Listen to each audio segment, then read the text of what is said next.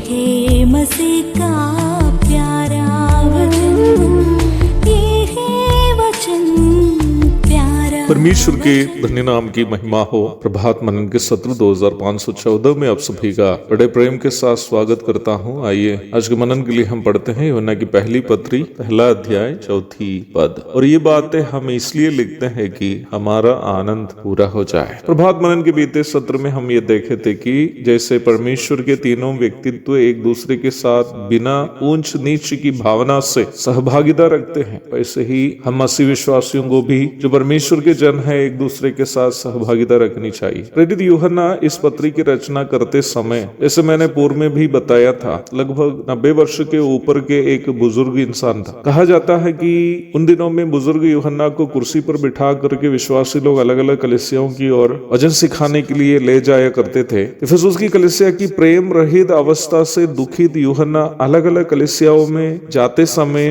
अवश्य हर कलीसिया में बोलता था कि बच्चों आपस में प्रेम करते रहना। यूहन्ना इस बात को अवश्य समझता था कि जिन विश्वासियों के अंदर परमेश्वर के प्रेम है वे अवश्य एक दूसरे से भी प्रेम करेगा। यूहन्ना की पहली पत्री अध्याय 4 पद 20 और 21। मसीह विश्वासी एक दूसरे के साथ साझा करने वाला निर्मल प्रेम इस बात का एक प्रमाण है कि वे परमेश्वर से भी प्रेम करते हैं। दूसरे के दुखों को देखकर जिसके अंदर संवेदना नहीं होती है उसको विश्वासी जोड़ो ना एक जीवित इंसान भी कह नहीं सकते, क्योंकि केवल मृतक इंसान ही है जिसके अंदर संवेदना नहीं होती है। मसीह विश्वासी को एक जीवित इंसान की अवस्था से भी आगे बढ़कर दूसरे की अनिवार्यता में उसके साथ देने वाला व्यक्ति बनना है। विशेषकर हमारे विश्वासी भाई बहनों के मानसिक, आत्मिक तथा भौतिक आवश्यकताओं में एक दूसरे के साथ सहभागी होने की जिम्मेदारी हर एक मसीह विश्वासी को है। गलाती 6:10। याद रखना,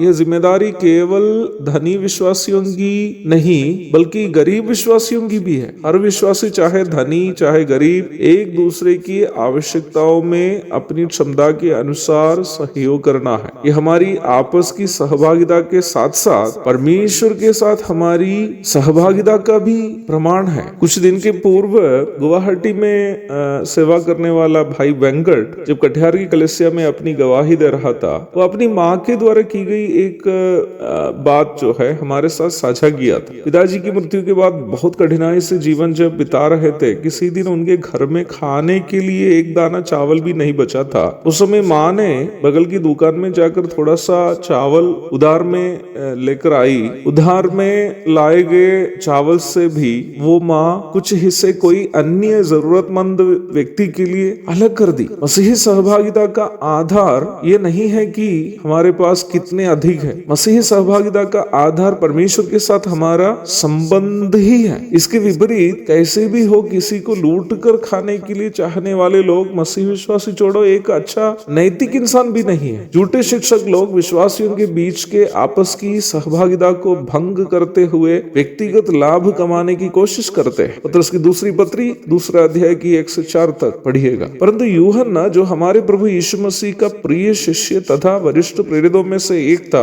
प्रेरितों के एक प्रतिनिधि के रूप में कलीसिया से आग्रह कर रहा है कि वे एक दूसरे के साथ मसीही सहभागिता को बनाए रखे ताकि प्रेरितों का आनंद पूरा हो जाए। प्रभु के सच्चे शिक्षक लोग हमेशा विश्वासियों के आपस की सहभागिता से आनंदित हो जाते हैं। वे लोग कभी भी विश्वासियों के बीच में फूट और झगड़े उत्पन्न करने का कभी भी कारण नहीं बनेंगे। हमें अवश्य ध्यान रखना। एक और शुभ दिन की धन्य कामनाओं के साथ आज का मनन में समाप्त करता। मसीही सहभागिता बनाए रखने के लिए प्रभु हम सबकी मदद करे। आमीन।